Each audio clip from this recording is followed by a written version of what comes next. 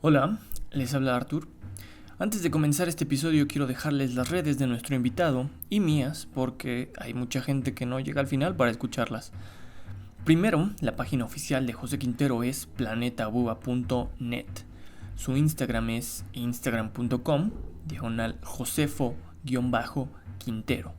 Su Twitter es twitter.com Pepe-Quintero.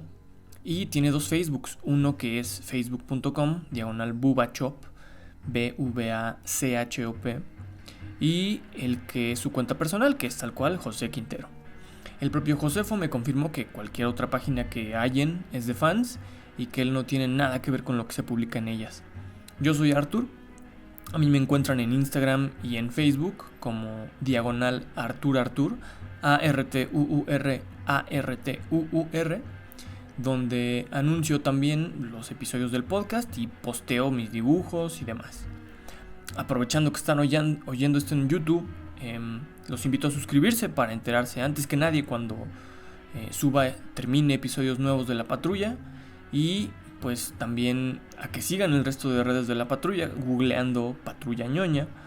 Afortunadamente todas nuestras redes aparecen entre las primeras de búsqueda.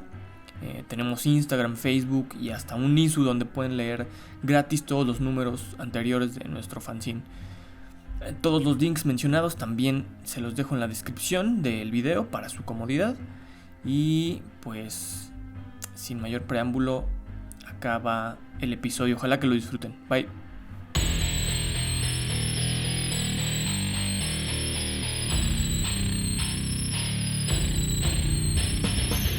Hola a todos. Este es el podcast de La Patrulla Ñoña y el día de hoy me acompaña virtualmente el maestrazo José Quintero.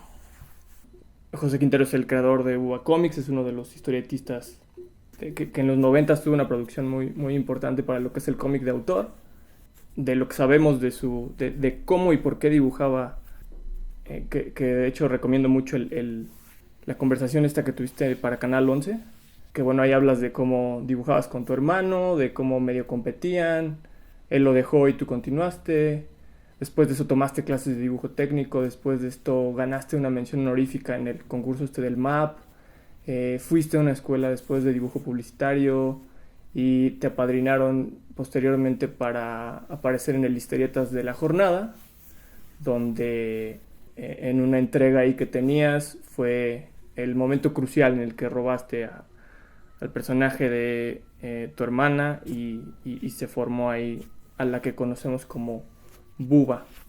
¿Quién fue que te apadrinó para aparecer en el Historietas? Pues es un, un término que yo utilizo afectuosamente, pero es incorrecto en términos de lo que se entiende en la cultura mexicana, sobre todo en la política, por el padrinazgo, ¿no? Sí. Tiene una connotación Compadrazgo, negativa. así de hecho. Ajá, o sea, alguien que te inicia, digamos, o te abre las puertas para cierto proyecto político, Uh-huh. pero eso en la política mexicana, ¿no? Pero hay un como dejo de interés o de intención malsana a futuro, ¿no? Tu Uh-huh. padrino político es aquel que te está protegiendo, que te está allanando el camino para... Bueno, eso en cuanto a política. Obviamente el término familiar, el término literal, pues es mucho más afectuoso, mucho más como de alguien que te protege, ¿no? Y es así como yo lo utilizo. Ok. Magú de Historietas, entonces director del suplemento de Historietas de la Jornada, que estaba viviendo uno de sus mejores momentos, fue quien me trató con mucha, con buen tacto, él no es afectuoso, es una persona muy neurótica, entonces eso no lo notas, pero después te vas dando cuenta que con el tiempo y a través de comentarios con otras personas te das cuenta de que hubo mucha deferencia de su parte. Uh-huh. Y de hecho, mientras más, bueno, cuando llego a recordar ese momento me doy cuenta que había mucho, una intención como bondadosa de su parte, generosa, ¿no? Entonces yo digo que Magú, aunque fue una relación que duró muy poco, digamos una relación laboral o de colaboración, duró muy poco, pues tiene mucho peso por eso, porque fue el primer editor que se interesó en mi trabajo que me llevó, que me hizo caminar así los primeros pasos previos a la publicación, que eso es importantísimo. Ya, digamos que esa cultura ya se perdió en el entorno de las redes, ¿no? Ya no necesitas un editor, no necesitas a alguien que te autorice para publicar o para editar, para autoeditar un webcómic, etcétera, ¿no? Claro. Pero antes era importante porque era el filtro que separaba, digamos, al creador, al escritor, al dibujante, al narrador del gran público, ¿no? La única manera era utilizar esos medios, pues ese medio editorial, ese aparato editorial necesitaba de una serie de figuras, y una de ellas era el editor, el director artístico, etcétera, director de arte, y son los que te podían hacer brincar el charco hacia la publicación, que en ese entonces también era la única manera de llegar al público, ¿no? Hablando del medio editorial, ese ecosistema editorial, fue la palabra que se me fue hace rato. Para llegar al gran público tenías que pasar por grandes editoriales, y está el tema de las publicaciones independientes, que tiene que ver con lo que dijiste al principio, tu público, el público al que vas dirigido, preferentemente, que son los fanzines, pero sí es otro cantar, ¿no? Eso lleva ya otra lógica. En ese sentido, por eso es que recuerdo a Magú, y antes que Magú, incluso al maestro Sixto Valencia, el dibujante de Memín, de Memín Pinguín, dibujante histórico, también muy reconocido, los dos muy reconocidos. También Sixto fue muy, muy generoso conmigo. Con él, no, digamos que la relación y el tipo de colaboración que hice con él era más bien como de un apoyo externo, como de banca. Iba a su estudio, no sé en qué plan, como admirador o como una cosa por el estilo, aunque ya dibujaba. Después me pidió algunas colaboraciones, apliqué color a un par de portadas, trabajé algunos fondos. La verdad es que no le serví mucho, pero fue muy, muy generoso, o sea, de permitirme acercarme, mostrarme materiales, dejarme ver cómo trabajaban, compartir incluso su dinámica de trabajo, etcétera. Ellos dos fueron los dibujantes, digamos, ¿Sixto de qué historieta era autor? De Memín Pinguín. Era el de Memín, ok. Ajá, el de Vid, que es famosísima, ¿no? Que es una historieta de fama, pues diría que continental, o sea, pegó menos en Latinoamérica, Sudamérica, pero es reconocido, es uno de los personajes icónicos de la historieta de masas de la cultura popular mexicana, ¿no? Es un personaje icónico, y ese fue su gran éxito. Trabajó toda su vida, trabajó en montones de títulos, pero el Memín es el que se volvió su trabajo más emblemático. Claro. A ver, aquí hay ¿hablamos de los cómics ahorita o hablamos de los fanzines? Al final vamos como a desembocar, creo que justo en el momento en que se engarzan. Es que yo recuerdo que tú tenías, o en algún lado vi marcado que tenías una autopublicación, ya de nombre Planeta Dios, Planeta Búa, Planeta Muerte, algo así. Uh-huh. Entonces, sí. Y era, bueno, era autoeditado, ¿no? Cuando yo no recuerdo que en ese momento existiera mucho de la autoedición, ¿no? Y no estoy seguro de si ese volumen o cómic, no sé qué era. Más bien la pregunta es eso. ¿Era una historieta o tendría de alguna manera alguna relación con lo de el fanzine al ser autoedición?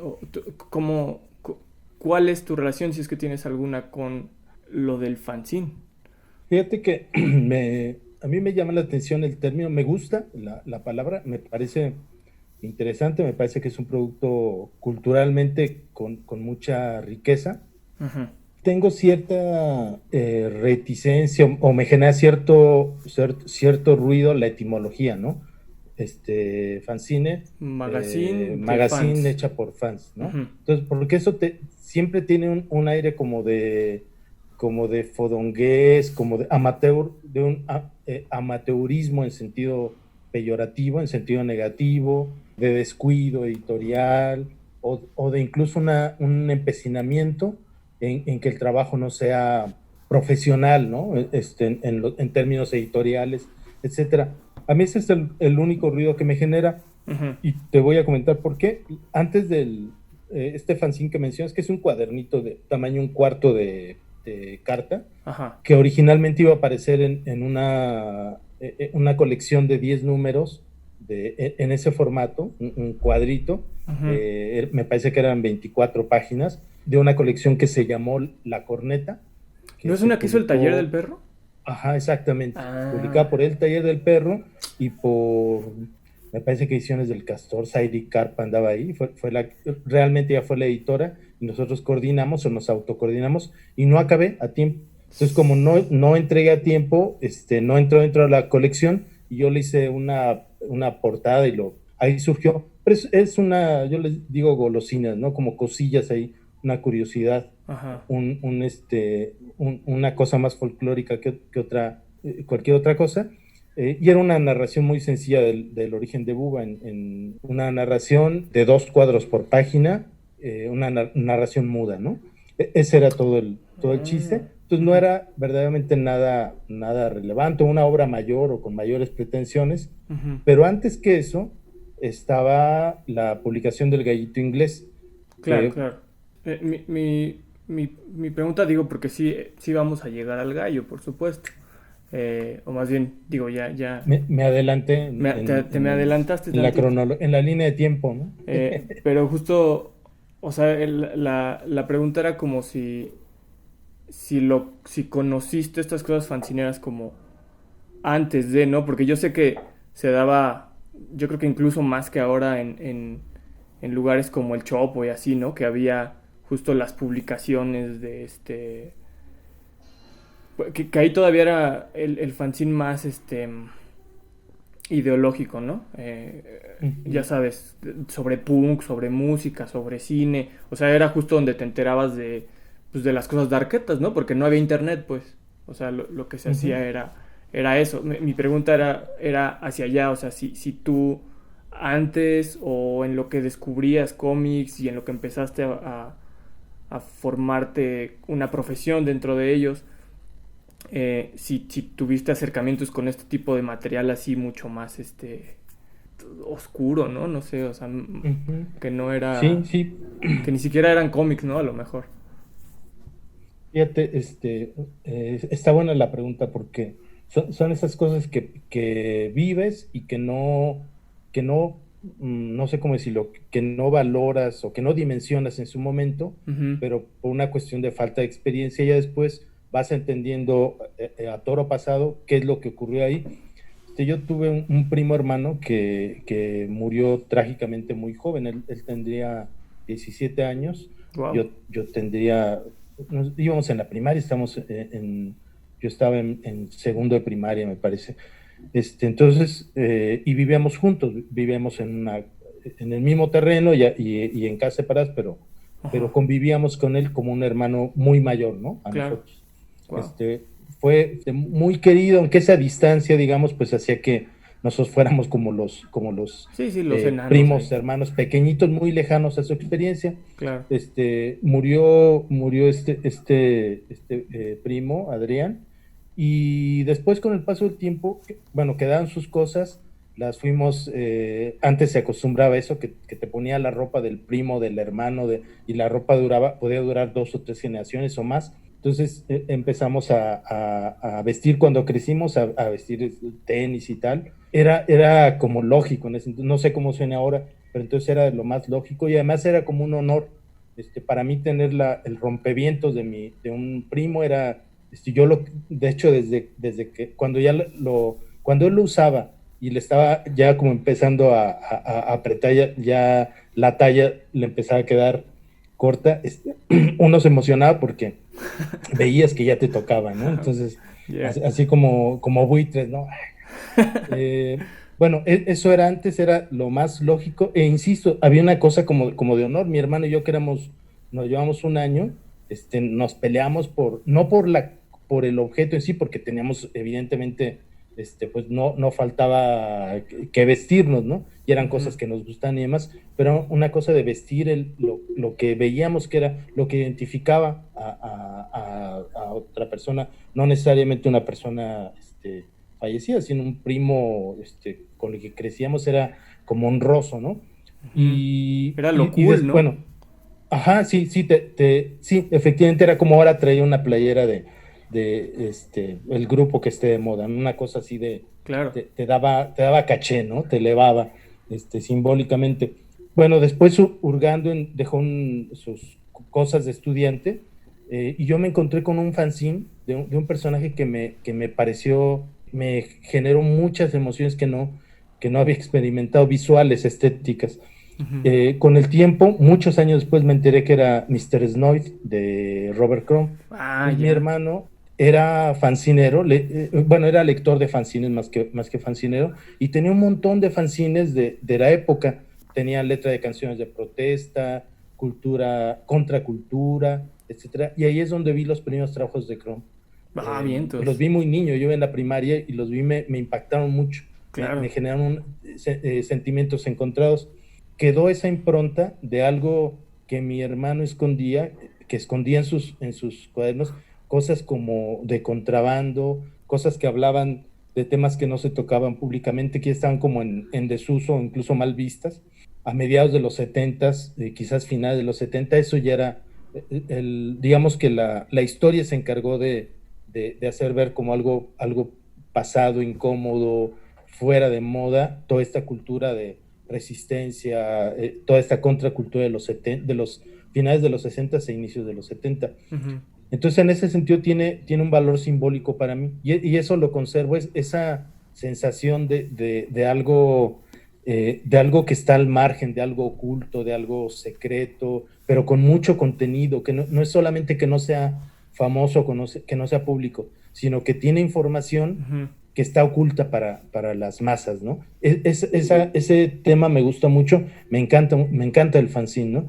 Y Chrome, evidentemente, bueno, ya cuando muchos años después, otro salto cuántico, otro salto temporal, Sí, sí, dale. cuando me entero de quién es Chrome a los 17 años, 18 años, igual me voló la cabeza, porque yo ya no recordaba al personaje aquel, ¿no? Que vi cuando era niño. No sé dónde quedaron esos fanzines, y cuando me entero de la existencia de este dibujante, y más que de la existencia de la obra y del espíritu de su obra, quedé improntado, no sé si existe la palabra, pero la impronta que dejó en Micron sigue presente. Es un autor que sigo valorando. Es más, siento que mientras más crezco voy encontrando más valores. Al principio era como lo disruptivo, lo provocativo, lo políticamente incorrecto, aunque en ese entonces no se usaba ese Claro, término. lo Pero ácido, ¿no?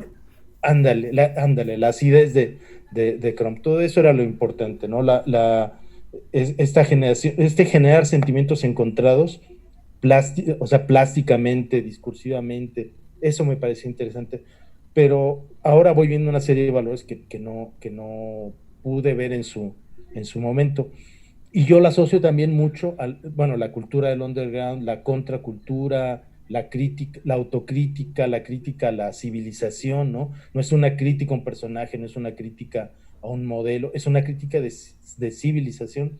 Y en sí mismo, o sea, Chrome tiene muchos elementos que resultan también contradictorios, ¿no? Machista, sexista, de repente medio fascista, ¿no? Algunas Sí, cosas, aunque uno sabe que está jugando con eso, que no es una persona torpe, es un tipo muy inteligente, muy intuitivo, pero que sabía jugar con esos elementos, y que no se detenía a pensar si eso le iba a generar dislikes, o le iba a generar pues ser mal visto por la comunidad bueno, que ahora ya no se puede decir negros, ¿no?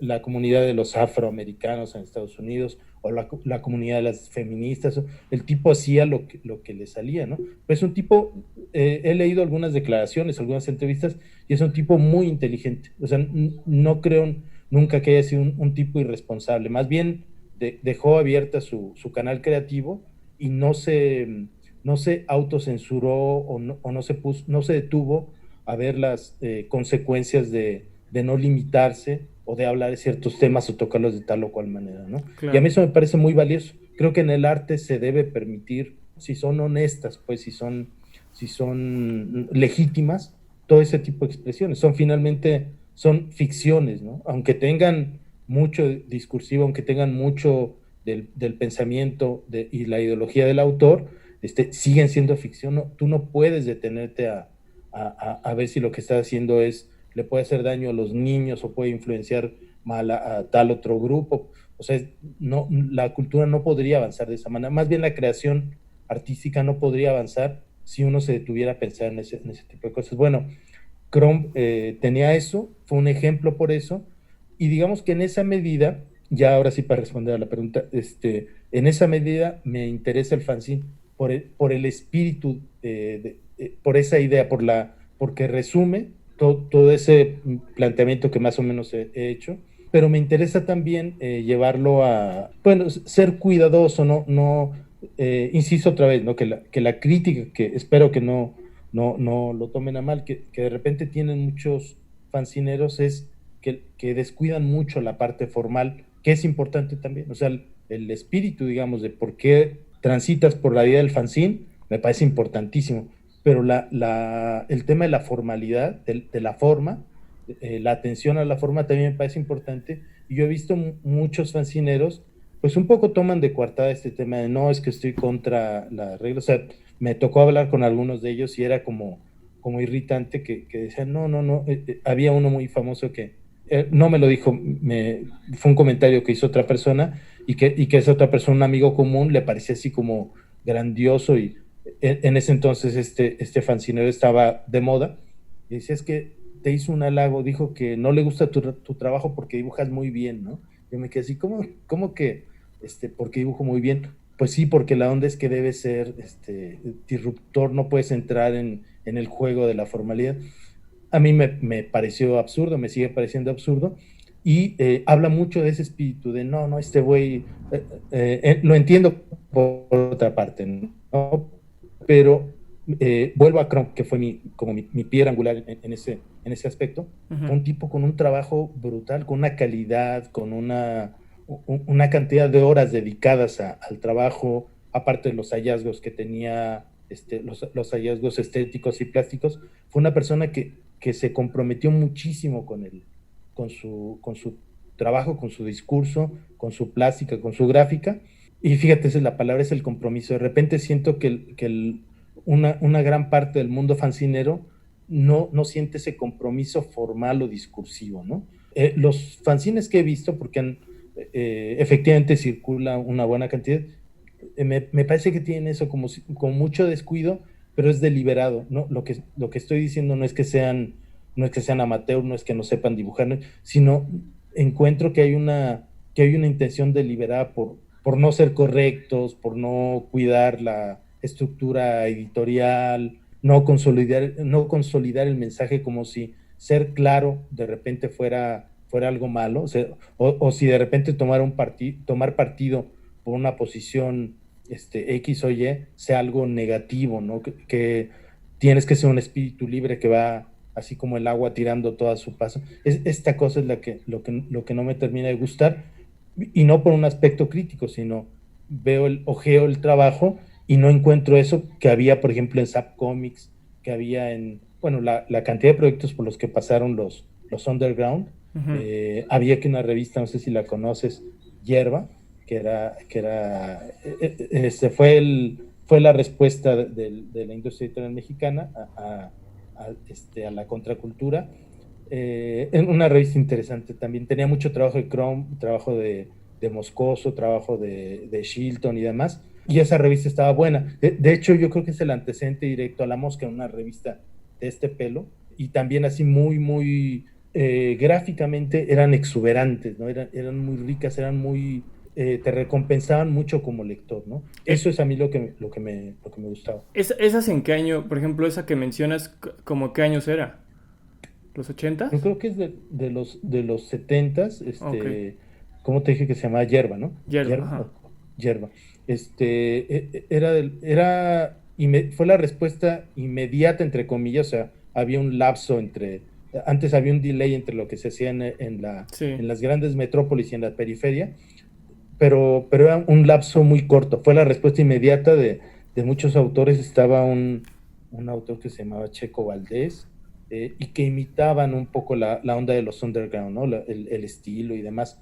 ¿Y sabes dónde la conseguí? En el Chopo. Ya la conseguí un par de revistas viejas, y ahí es donde también empecé a ver a Chrome, ya con material mío, porque el otro era prestado, entonces era muy angustioso ver así la obra de Chrome, pero no poder tenerla para estudiarla, ¿no? Ujú. En Yerba fue cuando pude ver en detenimiento el trabajo del primer Chrome.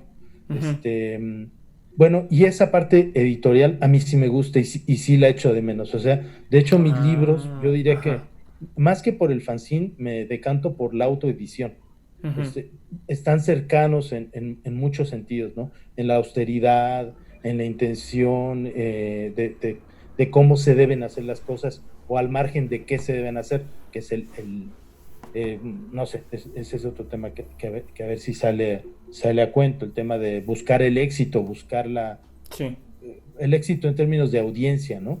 En fin, esa parte editorial, ese cuidado editorial me importa mucho y ya. trato de tenerlo presente en los libros que autoedito. Me interesa también lo que te decía del fanzine, el espíritu, ¿no? No detenerte, no regirte De, por de, criterios mercadológicos, ujú. que sorprendería, por ejemplo, sorprendería saber cuántos webcomiqueros seguían por ese tipo de criterios, ¿eh? O sea, que uno diría, bueno, aprende uno mucho de los webcomiqueros, a mí me han dado lecciones así magistrales por lo que hacen, por cómo lo hacen, pero en las cosas que no me gusta, he visto, me he enterado de los criterios que utilizan y me parece fatales, ¿no? O sea, de a qué público estás trabajando, cuántas publicaciones por día debes subir, Sí, por día o por semana, no sé, ¿no? sí, es que Cómo, vuelve ¿no? a ser sanguinaria, así como de la onda, así muy, pues como luego de producir por producir, ¿no? O sea, es lo que llaman cazar al algoritmo, ¿no? Eh, yo ahorita, o sea, sí estoy muy harto de esa idea de, es que tengo que estar produciendo para ser relevante, para mantenerme ahí. Pero bueno, ahorita regresamos a eso. Más bien te quería preguntar, lo que mencionabas como del descuido del fanzine, es respecto a las publicaciones de fanzine en general, ¿no? O específicamente a las que has visto de historietas. O a, digamos, todo el mundo del fanzine. No, no, he visto poco, ¿eh? Y la verdad es que puede estar justo por no conocer digamos, el espectro, Ujú. más o menos un espectro representativo de todo lo que, a lo mejor por eso digo lo que digo. Te comento los que llegan a mi mano, algunos me los regalan, otros los veo exhibidos y demás. Ujú. A eso me refiero en general, es, digamos, lo que me ha tocado ver. Porque sinceramente tampoco es que esté a la búsqueda de qué Claro. es lo que está haciendo últimamente, ni en las redes, ni en publicaciones. Es de lo que conozco. Y sobre todo he visto publicaciones mixtas, que es como el fanzine clásico, ¿no? Claro. Con texto, pero con mucha imagen que reconocen la importancia de la gráfica. Y es ahí donde te digo que invariablemente me he encontrado con eso, Mm. con descuido que yo no sé si es deliberado, o sea, yo no sé si es parte del planteamiento estético, discursivo de los fancineros, Ujú. o si es algo, me imagino que debe haber de todo, pero conozco gente que es así descuidada, o sea, lo primero que sale es lo bueno, ¿no? Y la gráfica funciona de muchas maneras, yo ni siquiera diría que eso esté mal, no tiene Claro. por qué estarlo, pero la gráfica es algo que se cultiva bueno, cualquier tipo de creación artística se tienen que cultivar con mucho esmero, con mucho compromiso, ¿no? Entonces, Claro. de repente esa falta de compromiso en algunos es lo que me hace a lo mejor generalizar, pero te hablo de lo que he visto, ¿no? Claro. Sin un conocimiento profundo. Cabal. Sí. Ujú. Bueno. No, no, o sea, porque yo sí diría que quizá lo que apremia más en esa, o al menos desde mi perspectiva, desde como yo lo he vivido como fancinero, o sea, yo sé que hay un montón de cosas que veo de lo que editamos antes y es así como, chale, eso está regacho. Y siempre la onda es más bien pensar como, ok, el siguiente va a estar mejor, el siguiente va a estar más chido, va a quedar más, de alguna manera va a llenar más de parámetros, ¿no? Que uno se imagina en la cabeza, al menos para mí, ¿no? Yo sé que igual si hay mucha banda que, pues sí, que como dices, a lo mejor, no, sí, como lo primero y ya, pero creo que yo pensaría que los proyectos que se han destacado, pues, de este cruce del fanzine y el cómic, pues no han sido así. Los que realmente empezaron a formar esa movida. Pero bueno, digo, eso es como mi pequeña apología de eso, ¿no? Ni siquiera Pues completa. me hace recordar esta dinámica que tenemos nosotros, digamos, nuestra ala generacional, la Ujú, gente del gallo, luego del perro. ujú, Fíjate que había una dinámica, y esto es por lo que sabemos, o por lo que yo sé, no era común en otros grupos. Había una dinámica de mucha crítica, y eso ayudaba, bueno, en muchos sentidos, en el técnico, en el gráfico, pero también en el narrativo, que hubiera una actitud como talleril, gremial, fuerte. Nos mostramos el trabajo y la crítica era fuerte. A nosotros no nos parecía fuerte, a mí me parecía de lo más normal, de lo más natural. Clemen lo atribuía a que somos de barrio, como él suele decir, ¿no? Yo no creo que tenga que ver con que seas de barrio y eres chico rudo y eres de clase media y eres sí. más delicadito en las formas. No creo que tenga que ver con eso. Creo que es más bien una actitud hacia el trabajo. Pero nuevamente esta impronta talleril me quedó toda la vida. O sea, yo cuido mucho decirle a alguien, tu trabajo es malo, tiene tal y tal Sí. cosa fuera de lugar. Y lo hago con mucho cuidado desde hace ya unos buenos años, pero antes me parecía lo más normal decir, oye, esto está de la chingada, ve este dibujo que... O sea, ese era el lenguaje y la dinámica, y eso la teníamos todos, y que alguien me dijera, bueno, nos decíamos de todo, entonces podíamos llamarnos cursis, provocadores, maletas, descuidados, y sabíamos que no había una intención de golpear, ¿no? De afectar emocionalmente, que era honesto lo que se decía. O sea, bueno, tú podías decirlo de manera áspera, Ujú, oye, eso está chafísimo, aquí le estás copiando tal, y por lo general eran críticas honestas, eran críticas certeras, porque eran críticas honestas, ¿no? Era evidente que había ahí un plagio, que estaba mal narrado, que lo hiciste a la carrera. No recuerdo si nos adulamos o nos reconocíamos alguna vez, eso no lo tengo muy claro, pero supongo que sí, que nos decíamos, oye, esta quedó bien, esta sí me hizo reír, esta viñeta está bien padre, etcétera, ¿no?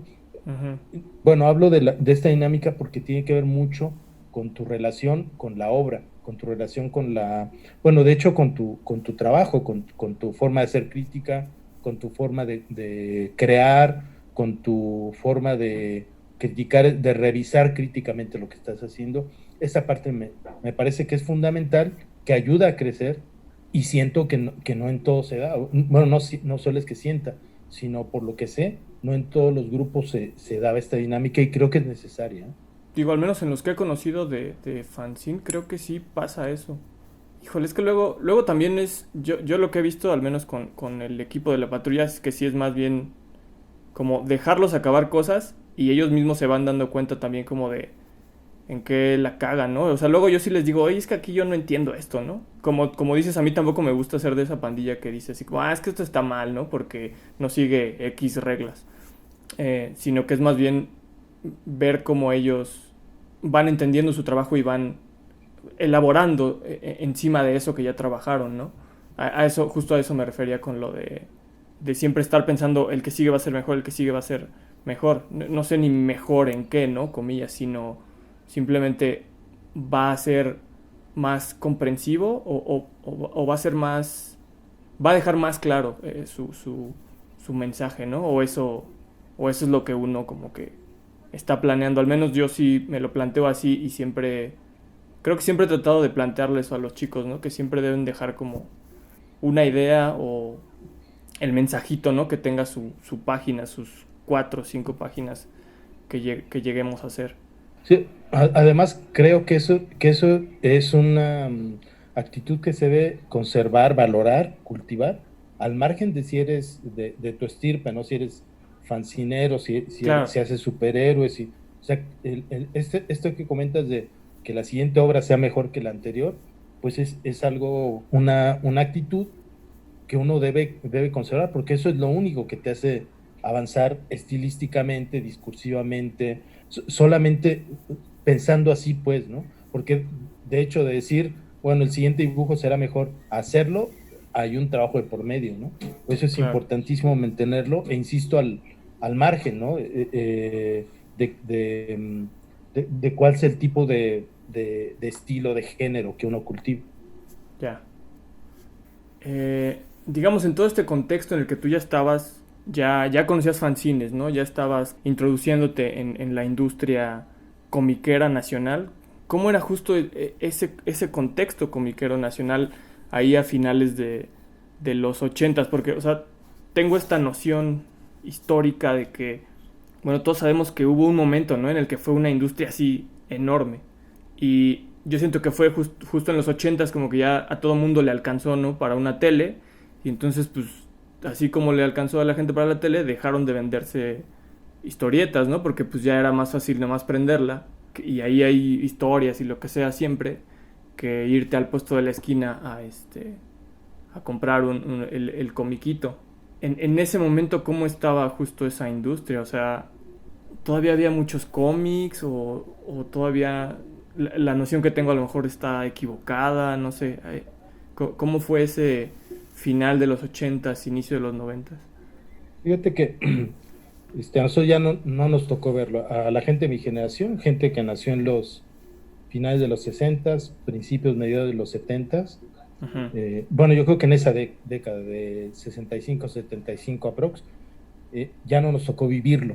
Mm. Yo recuerdo en mi infancia que efectivamente un puesto de periódicos sería el equivalente a los, para que la gente joven que esté escuchando esto se dé una idea, sería como abrir como entrar al portal de Netflix, ¿no? O de Amazon. Era una cosa, el puesto era el centro, el epicentro de la industria editorial. Estaba por otro lado las librerías, evidentemente, y no se encontraba lo mismo, eran como escenarios distintos, Ujú. pero para la gente del pueblo, digamos, el puesto de periódicos era como ese centro de entretenimiento.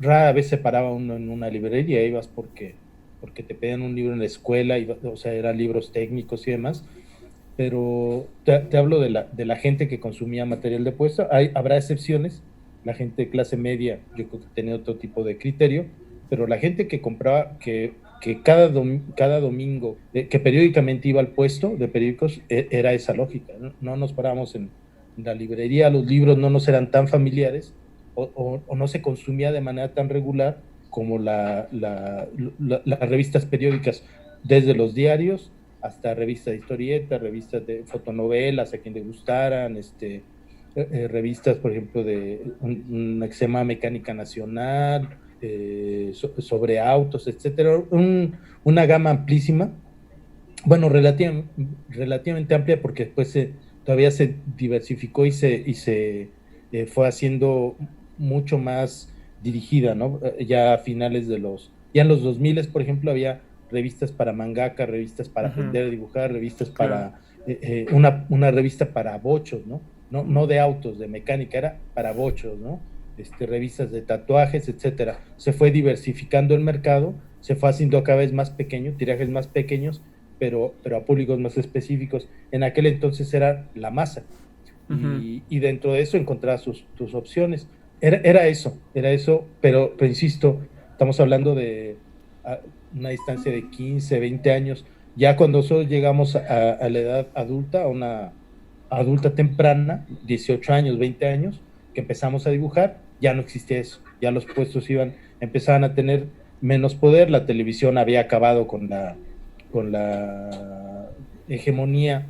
De hecho, desde hace mucho, Ujú. mucho tiempo antes, la televisión era lo hegemónico, el medio hegemónico, pero la revista todavía tenía mucha fuerza. Bueno, cuando nosotros llegamos ya las revistas eran mucha menor fuerza, y sobre todo ya no te brindaban la oportunidad de vivir de esa industria editorial, o no de la manera que queríamos. O sea, Ujú. colaborando como ilustrador, que es lo que hicimos al final. Como ilustradores, tuvimos una forma de vivir, ¿no? Para libros o para revistas, te permitía tener un ingreso, pero ya no era lo que tú querías, era brindar un servicio profesional. Tú me pagas, tú me dices qué quieres que dibuje, ¿no?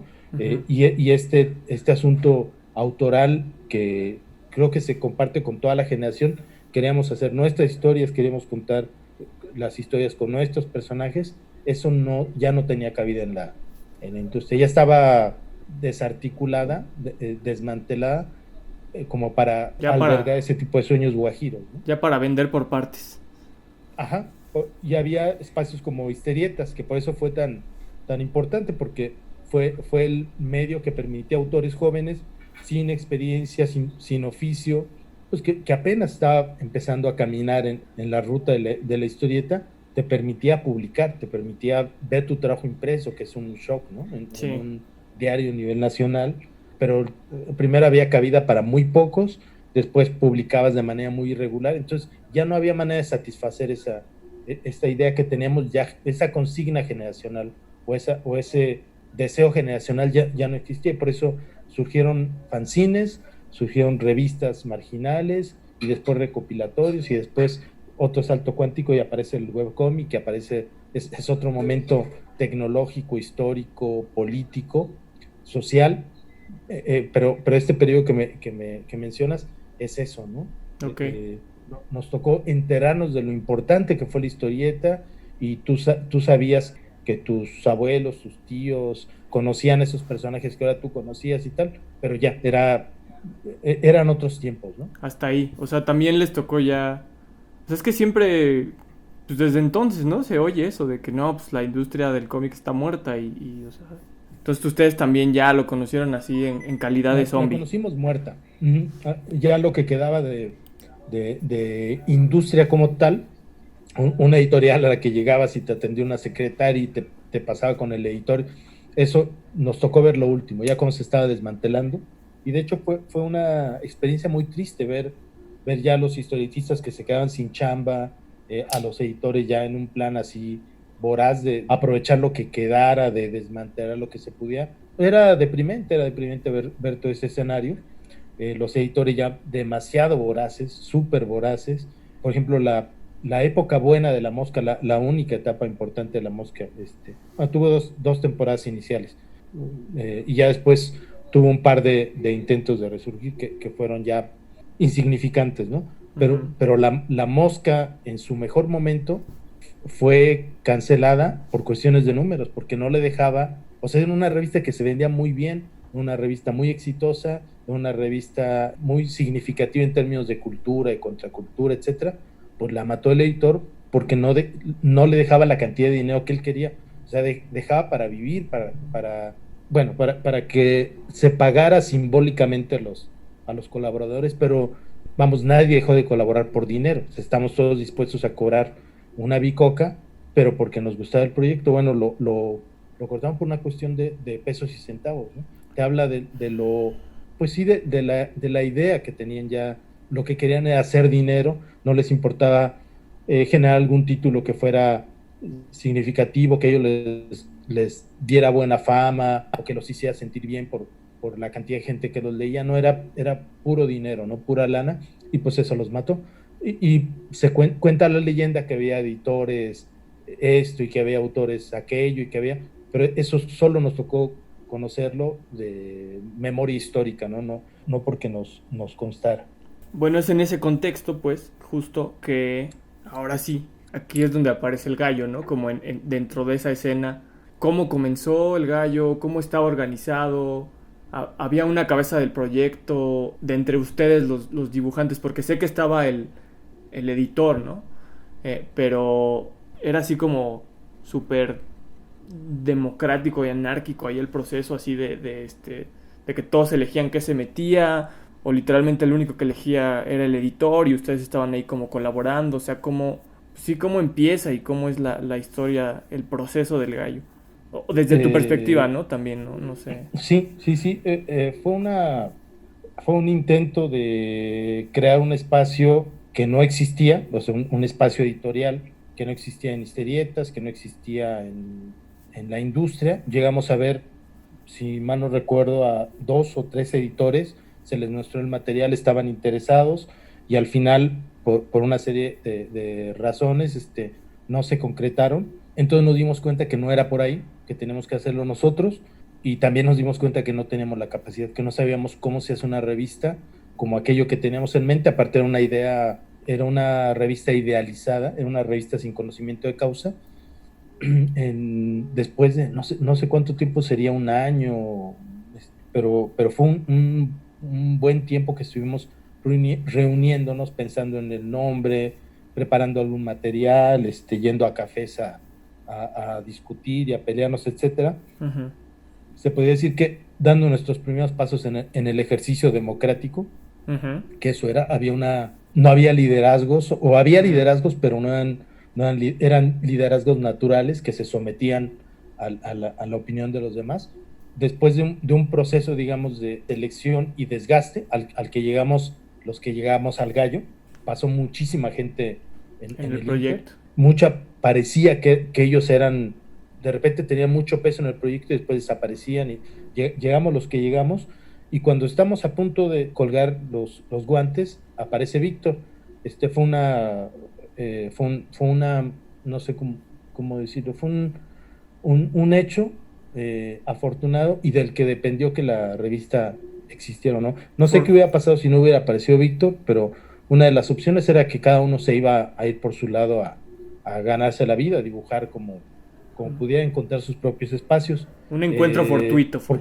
Y fortuito y no, porque de repente te pones a ver y te das cuenta que de repente las cosas ocurren así, ¿no? Sin llegar al pensamiento mágico, pero digamos, faltaba una pieza que aparece con Clement, y había las condiciones para que, o sea, existía el editor, ¿no? Y existía el cuerpo editorial de los autores, y se dio la conjunción. Eso efectivamente fue fortuito, pero eran las piezas necesarias, ¿no? Uh-huh. Otro editor, te digo que ya habíamos visto editores que no funcionaban, que andaban en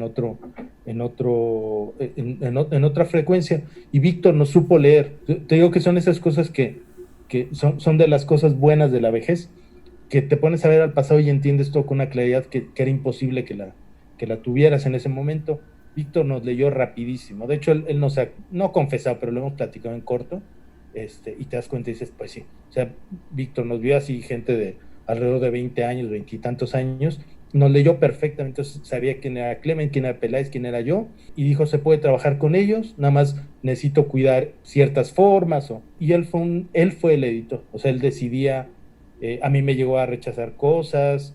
Wow. Tenía esa capacidad de decidir quién entra, quién no entra, con decisiones, la inmensa mayoría afortunadas, y algunas decisiones desafortunadas que ya se han encargado de cobrárselas en su momento. Pero así es, cuando tú tienes ese poder, detentas ese poder para tomar decisiones y recaen sobre ti, pues tienes que hacer eso. Yo creo que la democracia funciona en ciertos momentos, y en ciertos momentos funciona elegir democráticamente a alguien que tenga esa capacidad de buscar soluciones y no empantanarse en procesos democráticos desgastantes, ¿no? Y eso lo hizo muy bien Víctor. Yo, fíjate que en su momento me molestaron ciertas decisiones, o incluso en un acto verdaderamente injusto le llegué a reclamar, y no, Víctor lo hizo lo correcto, hizo lo que podía, que fue muchísimo. Nos llevó, nos ayudó a formarnos, y cuando te digo esto, no solo nos acompañó en nuestro crecimiento gráfico, tenía esta capacidad de decir, mi Pepe, esta obra está muy chingona, ¿no? Creo que usted ahora sí ya se chingó a Peláez y a Clement, y sabía decirte, mi Pepe, esto no funciona, ¿qué pasó? Esto lo voy a sacar, pero en el fanzine, ¿no? Esto no entra, ya viste lo que está haciendo tal. O sea, tenía esa capacidad de llevarte bien. Pero no solo eso, aprendió, digamos, de historieta, era un editor de literatura, de literatura seria, digamos, adulta, uh-huh, que se acercó a los cómics, aprendió muy rápidamente, conoció el lenguaje, y nos guió también, nos ayudó a crecer en otros aspectos. Una de las cosas que leyó muy rápidamente era lo despolitizados que estábamos, lo ignorantes, lo faltos de una estructura, de una ideología que nos permitiera movernos con firmeza, ¿no? Eso lo leyó rapidísimo. Y mira que no éramos, Clement, por ejemplo, y Peláez era gente que leía mucho. Ricardo, por ejemplo, es de una familia progresista, de izquierda progresista. Clement es raro, es zigzagueante, pero puede llegar a tener mucha claridad política en determinados momentos. Eso eran, y hablábamos de marxismo, y hablábamos de anarquismo y la chingada. Yo nomás los oía porque yo era ignorante. y ahorita nada más soy ignorante, ¿no? Algún día seré ignorante a secas y luego ya. Pero de verdad no sabía de qué estaban hablando. Hablan de Kropotkin bueno, de Marx y de Lenin, y habían leído El Capital, y en fin, ese tipo de cosas que a mí me apantallaban mucho. Bueno, Víctor, cuando los vio, sabía que era gente que no tenía la formación, y nos ayudó, no solo en lo político, estoy haciendo énfasis en lo político, pero en general, en lo sentimental, nos acompañó, fue una figura paterna para todos. Se da esta garapiñado donde cada pieza es necesaria, ¿no? Incluso la actitud de Víctor extra editorial, humana, nos ayudó muchísimo, muchísimo, muchísimo. Yo tengo mucho cariño porque pues nos ayudó eso, nos acompañó. Las primeras pedas a mí me tocaron con mis camaradas, y Víctor le hace mucha gracia a la fecha, ¿no? Que llevaba yo con una botella de tequila, lo comenta mucho. Pues él me veía con ternura de pobre pendejo, no sabe lo que es el alcoholismo, y brindaba y me recomendaba marcas de tequila, y me veía que me empedaba y le daba mucha risa, en fin, todo este tipo de aspectos que ocurren en cualquier grupo social, pero lo que comento, lo que hago notar es que en el nuestro, Víctor nos acompañó en ese crecimiento. A mí nunca me menospreció por ser ignorante en muchísimos aspectos. Me preguntaba, ¿ya leíste a tal? No. Y se quedaba así, entonces buscaba otra manera como de encontrar un diálogo que fluyera y demás, ¿no? Y a quien era cerrado, sabía respetarlo y lo llevó. Y él tenía ya una opinión, pero no te jodía, pues, ¿no? Uh-huh. Es que debes hacer esto, es que eres... Entonces, bueno, eso le agradecemos mucho a Víctor, y en algún momento, pues sentimos que ya habíamos crecido lo suficiente como para armar ese proyecto que queríamos hacer, que ya teníamos, con el que ya habíamos acopiado herramientas emocionales, de experiencia, de vivencias, oficio, etcétera, y pensamos que ya lo que seguía era fundar el perro. No sabíamos cómo se iba a llamar. Fue un momento también muy interesante cuando surgió y cómo surgió, y nos separamos de Víctor. Fue también, yo lo he comentado, ¿no? Un asunto freudiano de romper con el padre. Ella ya no me dejas hacer lo que yo quiero, ¿no? Y no es que entiende que no, ni madres. Bueno, eso ocurrió, y ahí es donde se funda el perro, que ese sí es un esquema. Por eso yo no lo quise mencionar solo como proyecto cultural, porque fue algo mucho mayor. Tuvo algo de anarquista, tuvo algo de sindicalista, tuvo algo de gremial, es una mezcla de cosas, muy democrático. Aguántame con el perro. Aguántame con el taller del perro. Se me surgieron un par de preguntas respecto al gallo. Primero, ¿tú quién consideras que fue ese como la alineación clásica de lo que fue el gallo, ¿no? Porque, o sea, mencionaste a Ricardo, a Clement y tú, ¿no? Víctor es la figura de autoridad, pues, digamos. Y están ustedes que forman como los colaboradores centrales. ¿Había alguien más dentro de esos colaboradores centrales o...? Sí, había muchos más. Yo estoy injustamente dejando de mencionar nombres, pues estaba Ricardo Camacho, el Frick, Alejandro Gutiérrez Franco, Luis Fernando al principio. Al principio hubo algunos autores que se acercaron y se alejaron muy rápido. Damián Ortega, que luego se hizo artista plástico, artista contemporáneo. Abraham, que también se hizo artista contemporáneo. Se hicieron artistas contemporáneos y les fue muy bien, o les ha ido muy bien hasta donde yo sé. ¿Quién más te podría decir de México? Bueno, después una generación mucho más joven, pero hablando de esta generación de los de los nacidos entre los 60s y los 70s, estábamos nosotros. Llegaron después otros autores, llegaron a publicar otros autores, pero no eran del núcleo duro. Estos que te mencioné éramos el núcleo duro del gallo, ¿no? Yeah. Yo los menciono después porque, bueno, no llegaron al perro, entonces como tengo más presente a Peláez y a Clement, y además siento que sus obras han sido más desarrolladas, ¿no? Ya. Todos los que mencionaste, todo era historieta, ¿no? También. Sí, historieta. Ilustración, porque hay por la parte importante del dibujo en la historieta. Sí, creo que no había narradores gráficos. Fue una generación de cantautores, ¿no? De historietistas que solo dibujamos nuestras historias, aunque miento. Ricardo Peláez, las mejores obras de Ricardo Peláez son con guión ajeno. y Ricardo Camacho utilizó muchos cuentos de escritores mexicanos más o menos contemporáneos, más o menos coetáneos, cercanos a nuestra edad, pero salvó esos dos casos y además les aportaron mucho, fue una relación redituable para ambos, ¿no? Creo que todos teníamos esta idea de contar nuestras historias, ¿no? Pero escritores como tales creo que no creo, no hubo escritores. Había por ahí alguien que soltaba sus textos, pero nunca formó parte de esta dinámica que te cuento. Cuando se separó el taller de el Gallo siguió editando, o sea, porque sé que hubo un momento en el que pues empezó a predominar la chamba internacional, ¿no? En el Gallo. Mucho trabajo argentino, por ejemplo, ¿no? Que allá pues se les da mucho el cómic, pues.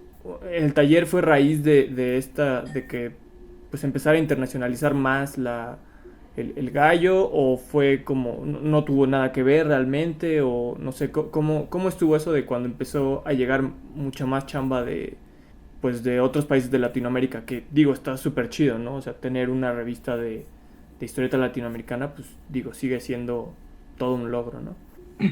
Fue otra vez Víctor al rescate, que para mantener vivo el proyecto, o sea, llegó un momento en que teníamos que empezar a trabajar, o sea, al principio todavía éramos hijos de familia, pero en el inter de que ocurrió todo esto, empezamos a necesitar de ingresos, empezamos a chambear como ilustradores aquí y allá, cada vez necesitamos dedicarle más tiempo al trabajo, por un lado. Entonces el proyecto se estaba alimentado de manera más inconsistente y Víctor, para mantener la cierta regularidad que tenía el Gallo, tuvo que buscar colaboradores por aquí y por allá. Fue a Argentina porque conocía las revistas de Fierro, Puertitas, y no me acuerdo, tenía un montón de publicaciones muy buenas. Y Víctor conoció a los directivos o a los escritores o gente de su edad y que compartían ideología política. Eran trotskistas o fueron marxistas o gente muy de izquierda, gente que luchó contra las dictaduras, contra la Argentina, por ejemplo, y eso hizo que se entendía muy bien. Y digamos que, bueno, a partir de eso conoció a dibujantes, conoció a historietistas de la edad de él o de la edad nuestra, les pidió material y todos autorizaron la publicación del material de manera gratuita. Fue a España, no me acuerdo si Madrid o Barcelona, pero conoció a Jiménez y lo mismo, le pidió material. Fue un trabajo, ahora sí que editorial, ¿no? Y lo consiguió gratis. Me parece que no fue a Cuba fue Ricardo. Pero incluso hasta ese punto de hacer una historieta latinoamericana también fue un logro y fue una idea de Víctor. O sea, yo no entendía por qué hace eso. Yo tenía hasta cierto recelo de ver que había otros autores. Era estimulante porque decías, puta, dibujan muy bien y sus historias están súper bien contadas, y yo, digamos que eso estaba bien, pero sentía cierto recelo. Hubo de todo en ese tiempo, pero básicamente era eso, que no teníamos la constancia y tampoco podíamos tener la constancia. O sea, no puede estar publicando 3 años en una publicación solo por el gusto de hacerlo. Nada ocurre solo por el gusto de hacerlo, o sí ocurre, pero de manera inconstante, ¿no? No puedes hacerlo todo el tiempo, ¿no? Permanentemente o con una regularidad diaria o semanal, ¿no? Eso era normal que ocurriera. Así fue como llegaron estos autores. Nosotros nos empezamos a alejar un poco, después había como oleadas, ¿no? De repente recuperamos el ánimo y empezamos a dibujar más cosas y a publicar de manera más regular, en fin. Y en el Inter, Víctor resolvía como podía, que una de esas opciones era esta que te comento, ¿no? De buscar refuerzos, y aparte de refuerzos de lujo, no era llenar la revista como se podía, sino revitalizándola. Eso también hizo que muchos lectores mexicanos se interesaran, muchos nuevos lectores se interesaran, y muchos lectores se alejaran un poco. Pasó de todo, porque cambió la revista, cambió la identidad de la revista, cambió, sí, sobre todo la personalidad, pero se mantuvo coherencia, ¿no? Porque la coherencia era la que aportaba Víctor. Ya. Quedaban tablas con el Gallo, o sea, no ganaban así para vivir, ¿no? Por eso tuvieron que empezar a buscarse sus chambas. O sea, Pues ni tablas, porque digamos que tablas ni ganas ni pierdes, pero aquí se invertía trabajo, y es así como lo digo, fue una inversión que se recuperó años después, ¿no? Con con nuestros recopilatorios. Ricardo con el Fuego Lento, Clemen con Operación Bolívar, yo con lo de Buba. O sea, fue un abono que íbamos a, una siembra que íbamos a cosechar después.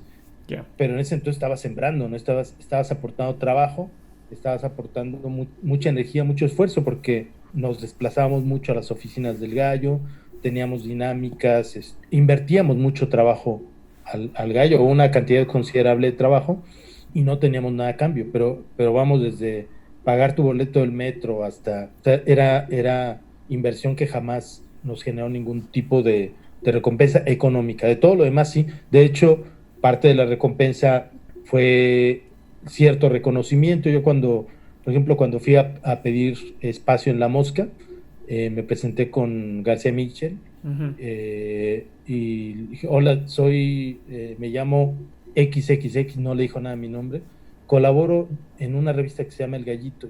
El Gallito, sí, qué buena revista, a ver qué tienes, ¿no? Entonces, ese tipo de cosas ocurrían, ¿no? Él está en El Gallito, por lo menos en el medio editorial, que te digo que ocurren estas paradojas. Era marginal, pero por lo menos el medio, algunos estudiantes de diseño, editores, dibujantes, por ejemplo, la industria editorial mexicana, todos conocían al Gallo, porque se entera uno, pues, un medio tan pequeño, les repateaban, ¿no? Una revista que les causaba mucho desagrado, que criticaban mucho, pero la conocían. Entonces, cuando decías, es que son de los del Gallo, ¿no? Te empezaban a ubicar. Esa fue una de las retribuciones, pero no eran económicas, ¿no? O sea, el reconocimiento, pues no servía para eso, para acercarnos, para palabrar alguna colaboración o para simplemente establecer un vínculo, pero era, por eso digo, no era salir tablas, ¿no? La revista daba para reimprimir la siguiente revista. Bueno, y para no ser injusto, a nosotros nos ocurrió eso.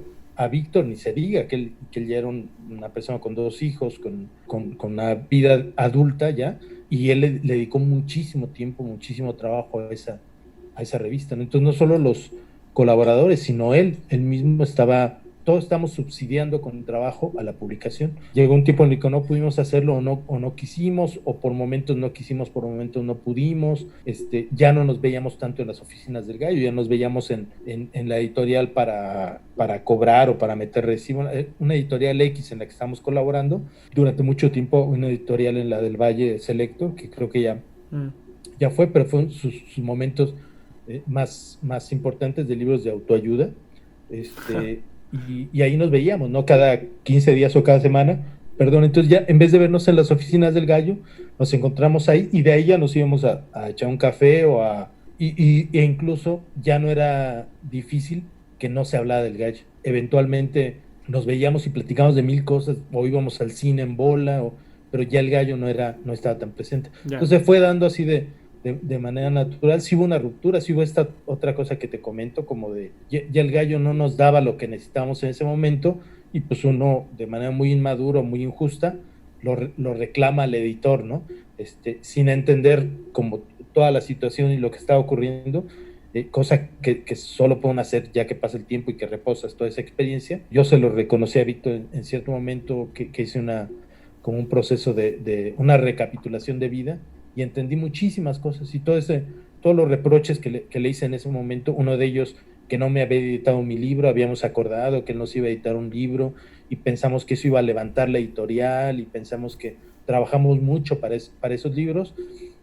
Al final Víctor consideró que no era el momento, y ahora creo que tenía razón, pero en ese entonces fue, no, ahí como habíamos quedado en algo, alta traición, y decidió imprimir otros gallos en vez de nuestros libros. Entonces lo que le interesa es su proyecto, ese tipo de cosas. Y bueno, te digo que hice mi recapitulación y entendí lo que estaba pasando, y dije, no, pues no era, creo que las cosas ocurrieron, las decisiones de Víctor en ese aspecto fueron correctas, y las nuestras también, o sea, porque no era ni siquiera de corrección o incorrección, sino pues nosotros queríamos crecer y queríamos consolidar nuestro trabajo y tal y cual, y lo hicimos, pero con nuestro esfuerzo, no exigiéndole a Víctor, o no dejando en manos de un editor que resolviera algo que teníamos que hacer a través de la autoedición, ¿no? Sí, ahora sí que estaban en momentos distintos. Sí, bien dicho, y además ya tenemos una lectura distinta de lo que está ocurriendo y de lo que tenía que ocurrir. Había ya una una decisión que me parece que era sana, que me parece que era natural y que creo que se dio bien, ¿eh? Todos a la fecha seguimos hablando. Fíjate, yo conservo más relación con Víctor y por él, porque es una persona que cultiva mucho sus amistades en general. Hablé anteayer con Víctor y me dijo, acabo de hablar con Peláez y hablé con Clement, y él me informa un poco en lo que están, porque yo ya no veo, yo perdí contacto con Clement y con Peláez y con Frick, contacto en general, ni siquiera por redes sociales, y Víctor sigue manteniendo eso. Entonces es curioso que él, con el que entre comillas o momentáneamente rompimos, por lo menos yo, Clement, pues ha seguido siendo mucho más cercano, él por su cuenta con todo su grupo de amigos, colaboradores, que nosotros entre nosotros mismos, ¿no? Qué curioso. Ya. Acabas de mencionar a Frick. ¿Él es uno también de los que estaba en El Gallo? Sí, el Frick se incorporó desde el principio, ¿eh? Sí, sí he sido un poco injusto con el Frick. Estuvo en El Gallo, estuvo en El Perro, fue muy constante, o sea, produjo muy poco, produce de manera muy tortuosa. Se me ha estado escapando su nombre, ¿no? Pero no lo tengo tan presente.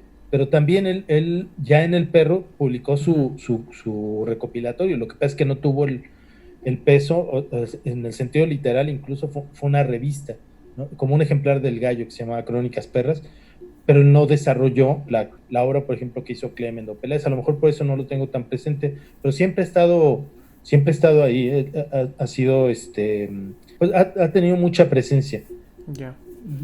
Sí, yo pienso más no sé por qué de repente pienso más en Clement y Peláez, pero está él.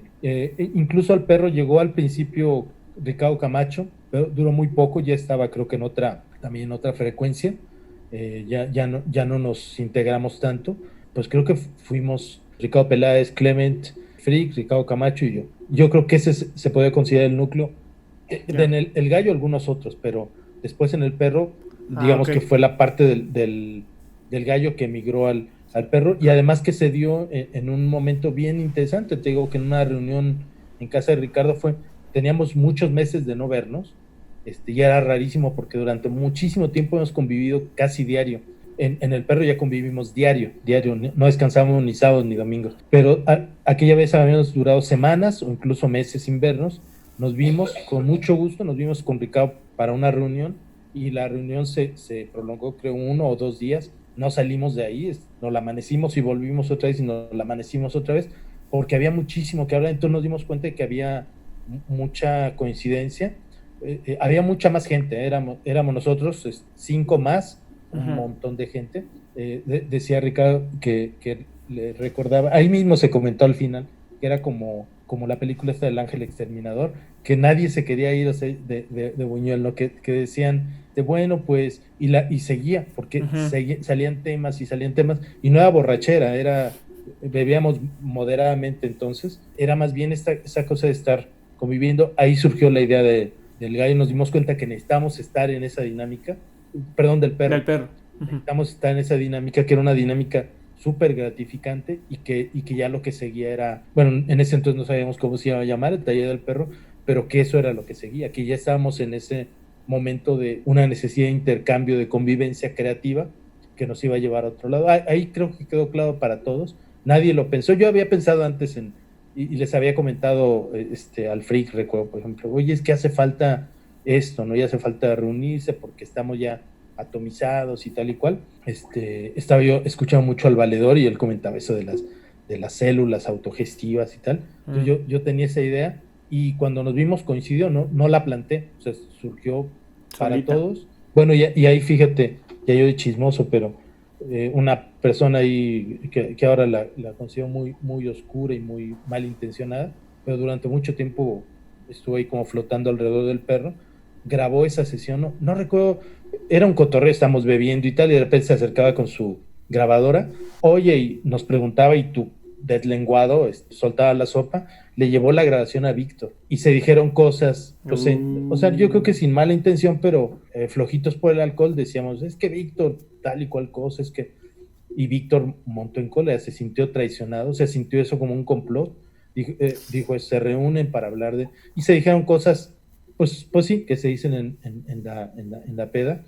Yo insisto, sin mala intención, yo recuerdo perfectamente el tono, pero sí es de las cosas de una manera coloquial y no cuidas esto, ¿no? Bueno, ya esta persona hizo eso. Yo, en ese momento nos pasó a todos. Bueno, a mí me quedó así como el pin, le puse así el pin, pero sí fue con una mala intención de romper, de generar ahí un algo, ¿no? Hubo mala leche.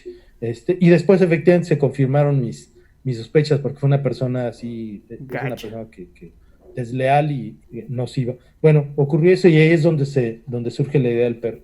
Y bueno, ahora sí cuéntame, porque sí, del taller del perro la verdad es que no sé exactamente qué surgió de ahí, pues, ¿no? Al menos de historieta o sea, no sé si fue ya donde cocinaron justo todas lo que fueron sus proyectos personales, o sea, ahí sí cuéntame porque creo que sé mucho menos de eso.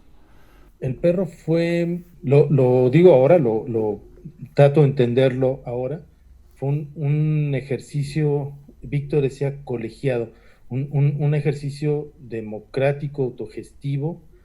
Yo incluso le veo tintes anarquistas, por lo menos en cuanto a organización, pues no estar en contra del Estado, de organización al margen de las instituciones, en fin, le veo Ujú. todo eso.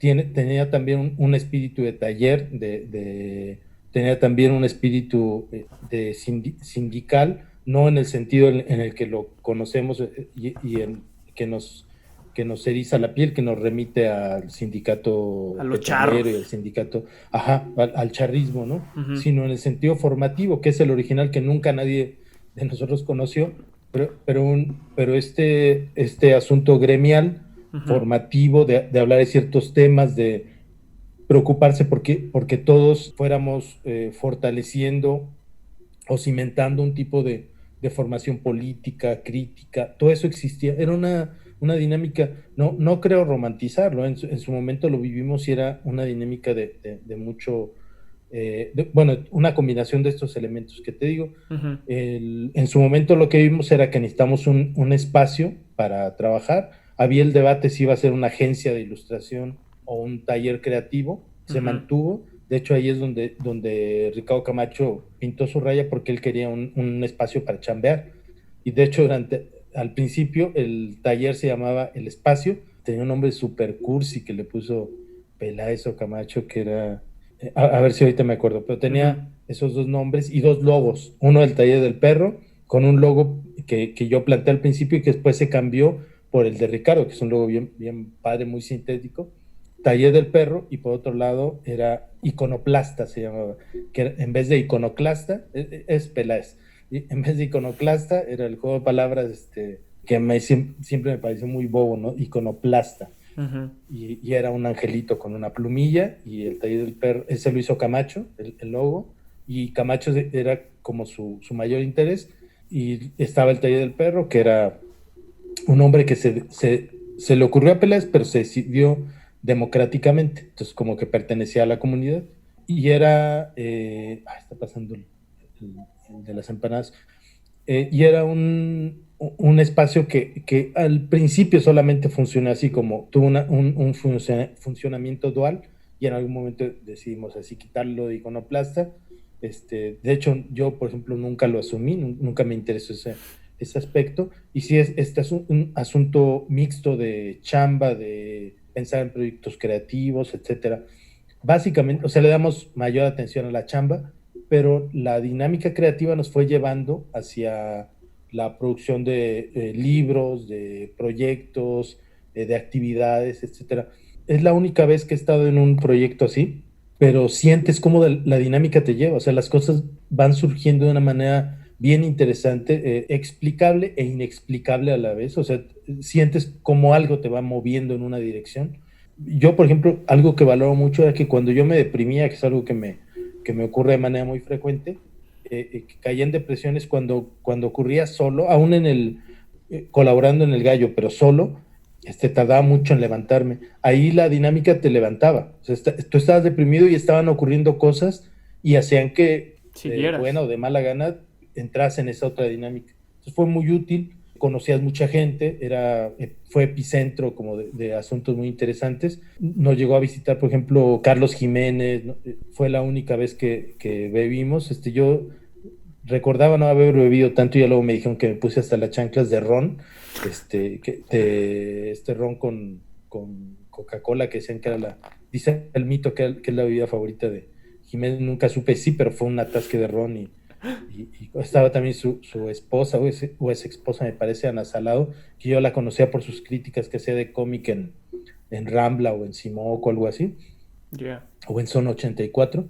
Llegó a ir Aguilera varias veces, llegó a ir Armando Vega Gil. Entonces, bueno, aparte de los colegas dibujantes, llegó a ir todo mundo, si no me equivoco. Entonces fue un espacio muy rico, muy interesante, dual, funcionaba como agencia de ilustración y funcionaba también como taller creativo y podíamos estar haciendo las dos cosas o campechaneando o por momentos solo se trabajaba, por ejemplo, para un proyecto para la FILIG o preparándonos para la FIL o solo se trataba un proyecto, una chamba para las cajetillas de Camel o en fin, era eso.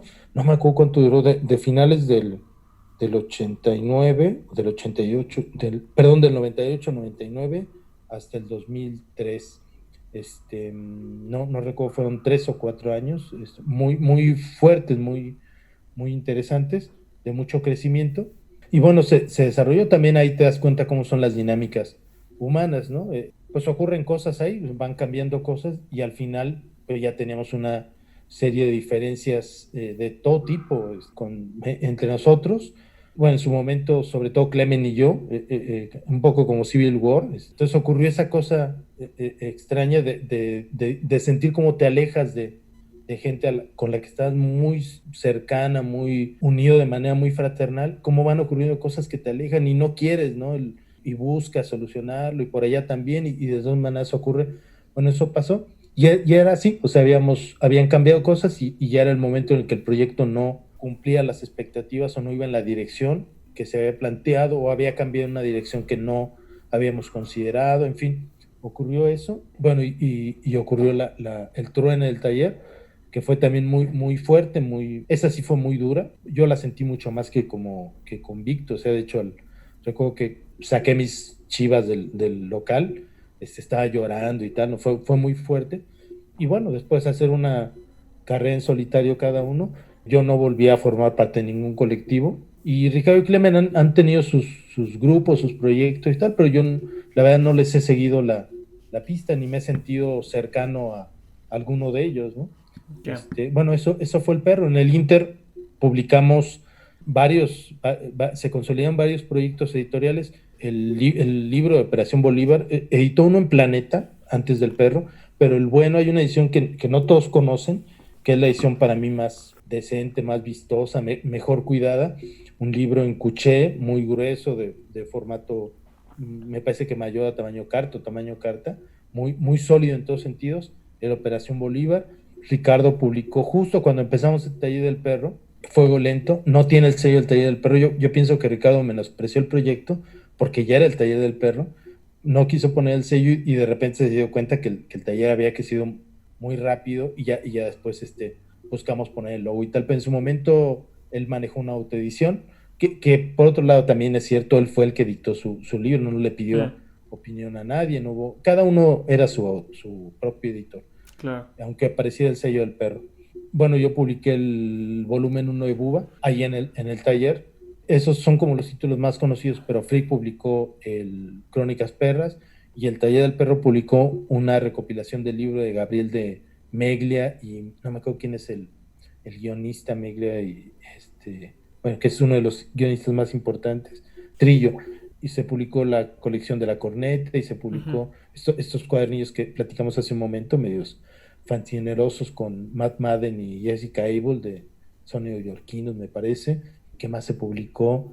No recuerdo, pero bueno, el Sensacional Chilangos en coedición con el GDF, con el gobierno, con Chayito, todavía no se sabía, que no nos juzguen mal, no se sabía nada, y además tratamos digamos, con su equipo, porque era el que había heredado Cuauhtémoc Cárdenas cuando renunció para su candidatura a la presidencia, pero pues, nosotros digamos que en buena medida hemos formado parte de lo que se llamaría de manera muy amplia la izquierda. Mexicana, y siempre, bueno, hubo debates ahí interesantes, pero por lo general votamos, somos, es decir, Son no zurdos. había, no, que se sepa, no había un anarquista que negara al Estado, ni que, entonces siendo críticos y siendo moderados, votábamos por candidatos de izquierda, el que fuera, que estuviera más a la izquierda, por eso, no éramos en su momento simpatizantes, bueno, yo en su momento por lo menos simpatizante del EZLN, y se hablaba mucho de política, se hablaba mucho, mucho de política, y en ese momento coincidimos con el GDF, estuvo bien, o sea, no hubo nada indebido, alguien por ahí fue una vez a entrevistar y medio nos quería echar en cara así de una colaboración con el Estado y que estamos renunciando a nuestros principios, una cosa así muy, muy extraña, pero pues no, o sea, publicábamos, era como publicar con Vid, ¿no? Y publicamos ese libro que fue un éxito, que fue un libro muy bien valorado, muy bien recibido y que ahorita es un libro, bueno, ahorita yo creo que nadie se acuerda de él, pero en algún momento fue así como de valioso en el mercado negro y se buscaban los ejemplares del Sensación de Chilangos y tal. Bueno, eso se editó ahí en El Perro y no es por ahorita echarme flores, pero bajita la mano yo fui como el editor principal del todos, y fue un trabajo colegiado y tal, pero al final quien tomó ciertas decisiones de estructura, quien hizo la portada, etcétera, no porque yo quisiera ni levantar la mano, sino porque no había, de repente se abandonó el proyecto, fui yo, tuve mucho que ver como editor con ese libro, con Sensacional. Tengo desde hace mucho tiempo, desde mucho tiempo antes, soy como un editor wannabe de Closet. Me gusta mucho el tema de los libros, de las publicaciones, de idear, darle forma, me gusta mucho, bueno, y ahí pude hacerlo. Y ese fue otro de los hits del Perro. Bueno, y en el Inter estamos chambeando diario, tenemos chamba de ilustración, para el proyecto pagamos la renta todos, una parte cada uno, llevamos todo nuestro respirador, nuestro libro, nos tocó el cambio tecnológico, todos nos compraron nuestra compu, o sea, fue un ejercicio bien, bien interesante de autogestión y tenemos esa capacidad de repente, aunque hubo quien nos echó en cara, ahorita se podía ver mal, pero tardó un tiempo en saberse quién era Rosario Robles, como para que uno se cuestionara si la pertinencia o no. En ese entonces no se sabía nada de verdad, ni se sospechaba nada. Al contrario, era como un gobierno progresista, pero bueno, podíamos colaborar con el gobierno del GDF, lo mismo que con una editorial particular, o trabajar de manera gratuita para un proyecto de una, no sé si ONG, pero una casa que apoyaba niños de la calle. O sea, se hacía muchísimo material y tenemos esta capacidad de desdoblarnos, de hacer alianzas con estos y con aquellos y siempre manteniendo como el núcleo, la integridad de lo que era el taller. Entonces fue bien, bien interesante. Yo creo que es un ejercicio irrepetible. Yo no he visto nada parecido. Después se puso de moda los talleres, o no sé cómo le llaman, un nombre para los grupos creativos y todo el mundo sacaba su estudios. Estudio fulano y estudio sutano y estudio. Entonces hubo un montón de estudios, pero la verdad, otra vez no por echarnos flores, pero la dinámica era única en el taller. Las selecciones del 2000, por ejemplo, había debates durísimos sobre si Fox, sobre si el voto útil, sobre si votar o no votar, y eran debates informados, o sea, se leía a diario o cada semana sin duda, Proceso, Revista Milenio, que entonces era muy buena, Milenio era un periódico decente, se debatía mucho, estábamos trabajando y debatiendo.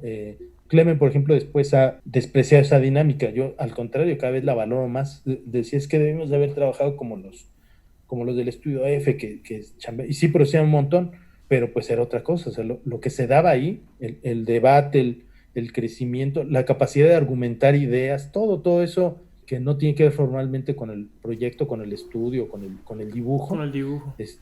Era formativo, por ejemplo, quien argumenta ideas complejas, yo creo, solo quien puede hacer eso puede argumentar a través de su gráfica o plantear una idea compleja. Para mí va de la mano una persona con una ideología floja o impuesta, ¿no? que sostiene una ideología que ni siquiera ha cuestionado, sino que la tomó por herencia o por los medios o por conveniencia o lo que sea. Su trabajo va a ser así, por lógica. Eso yo lo tengo como un axioma, ¿no? Entonces, todo ese trabajo, yo lo vi mucho tiempo después, todo ese crecimiento que se dio en el debate, en el intercambio de ideas, porque no es solo política, hablamos de cultura, hablamos de cuestiones éticas, sobre asuntos específicos, sobre relaciones humanas, todo ese crecimiento y esa riqueza en la dinámica interpersonal dio frutos muy positivos. O sea, yo crecí muchísimo ahí y, por ejemplo, sentí que, pues esto que comentaba sobre los liderazgos, cuando entramos, Ricardo Peláez tenía un liderazgo así, yo respeto muchísimo los liderazgos naturales. Él nos coordinaba y nos llamaba, oigan, hay que ir a ver mañana un par de departamentos y nos veíamos, pero él era quien llevaba esa agenda, ¿no? Nosotros éramos más indolentes o más, pero Ricardo era a todas luces quien daba el primer paso, quien señalaba el camino, ¿no? Y llegó un momento en el que había un equilibrio en el que ya cada uno tenía posiciones por lo general coincidentes, pero en algún momento ya eran posiciones contrapuestas y podíamos plantear esa diferencia y teníamos lo que le llaman capital moral como para plantear la diferencia, ¿no?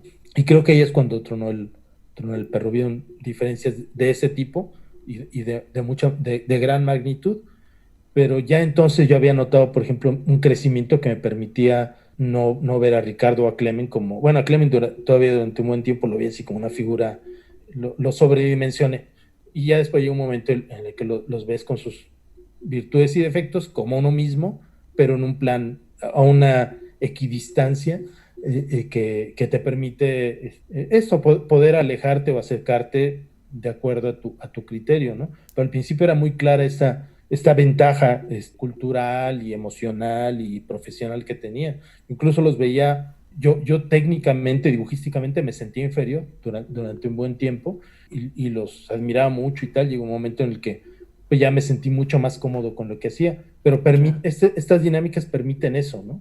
Crecer, sí, equilibrar, moverte más, cierta movilidad emocional, cultural, que no había experimentado en el Gallo. Por ejemplo, entré y salí muy ignorante, o un poco ya con alguna lectura, pero por filosofía, no por el Gallo en sí, pero ya durante el perro, que me hice responsable de ese crecimiento, noté con toda claridad como un enriquecimiento cultural, vivencial, dibujístico, profesional, que se dio en ese contexto. Sí, es a partir de moverse dentro de un proyecto como colectivo que...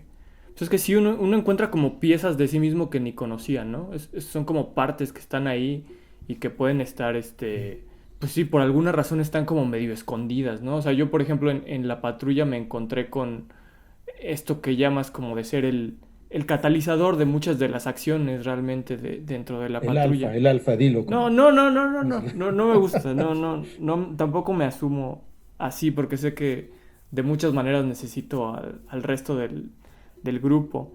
Bueno, lomo plateado, ni tú ni yo. Pero bueno, o sea, sí es esto de que, y eso es un rol que quizá para mí, que a mí me resultaba como muy ajeno, ¿no? Pero ya estando ahí, pues sí fue así como, ha sido pues como relativamente natural que pues para ciertas cosas yo esté buscando. Creo que hasta ahora ya está pasando que tumbos que tuvo ahí el proyecto, quizá los chicos han empezado a encontrar también más de eso en ellos mismos y eso a mí me hace muy feliz, ¿no? Que también ellos estén encontrando estas maneras de crecer. Pero bueno, entonces entonces el taller del perro era pues como colectivo de más de ilustración que de historieta, ¿no? Por lo que estoy entendiendo, o sea, ya era más como de la ocupación del dibujo de esta manera más amplia, ¿no? Y que también les permitía encontrar clientes y eso, ¿no? Era como dices, como un precursor de lo que ahora llaman estudios y esas cosas. Y, o sea, entonces también pues sí se extinguió así, digamos, con naturalidad, ¿no?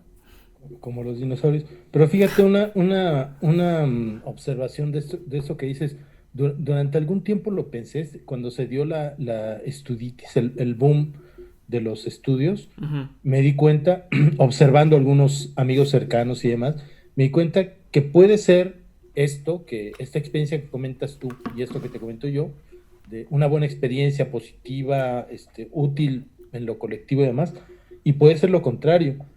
Hay muchísimos casos de que el grupo, de que esas uniones son más bien nocivas y limitan el crecimiento y te sirven como coartada para no hacer ciertas cosas que toca hacer. O hay una frase que utilizan mucho, yo se la escuchaba a Noroña, pero no, seguro que no es de él, pero que dice, la suma de debilidades no da fortaleza. Y esa frase me dice mucho porque hay grupos que se forman por eso, por resistir, por no estar solos, por cierto temor a la soledad en el sentido más amplio, profesional o el aislamiento. Y a mí me parece, la soledad, por ejemplo, a mí me ha servido también mucho. O sea, es estar sin gremio o estar sin contacto con colegas o estar aislado incluso socialmente, también o sea, creo que nada es bueno ni malo, sino dependiendo del contexto, del momento, de la persona, puede ser bueno o malo, pero sobre todo es bueno experimentarlo, es bueno experimentar un colectivo, un trabajo en grupo, es bueno experimentar un trabajo en solitario, y no sé, supongo que para bien y para mal. Está el caso de este conocido de Kabul, ¿no? Que es un ejemplo de colectivos que son muy, muy muy dañinos, ¿no? nocivos.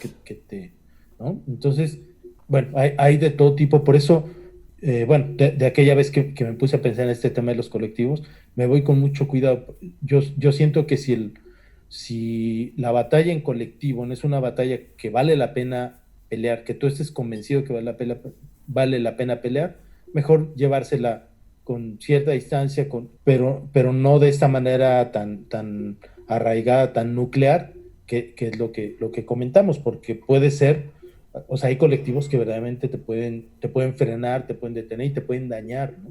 Sí. Sin tú darte cuenta. Entonces, sí es algo que hay que tomar con mucho cuidado, con mucha precaución. Y bueno, si funciona, además, ¿cómo puedes saber si un colectivo es bueno o malo? Pues solamente viviéndolo, ¿no? Claro, No hay, trabajándolo, no hay de otra. no hay de otro. Entonces, incluso las malas experiencias te deben servir por lo menos para tener la referencia de lo que es una mala experiencia en trabajo en equipo, etcétera, ¿no? Pero sí es un tema interesante. La colectividad es algo que se ha ido perdiendo mucho y es una forma social.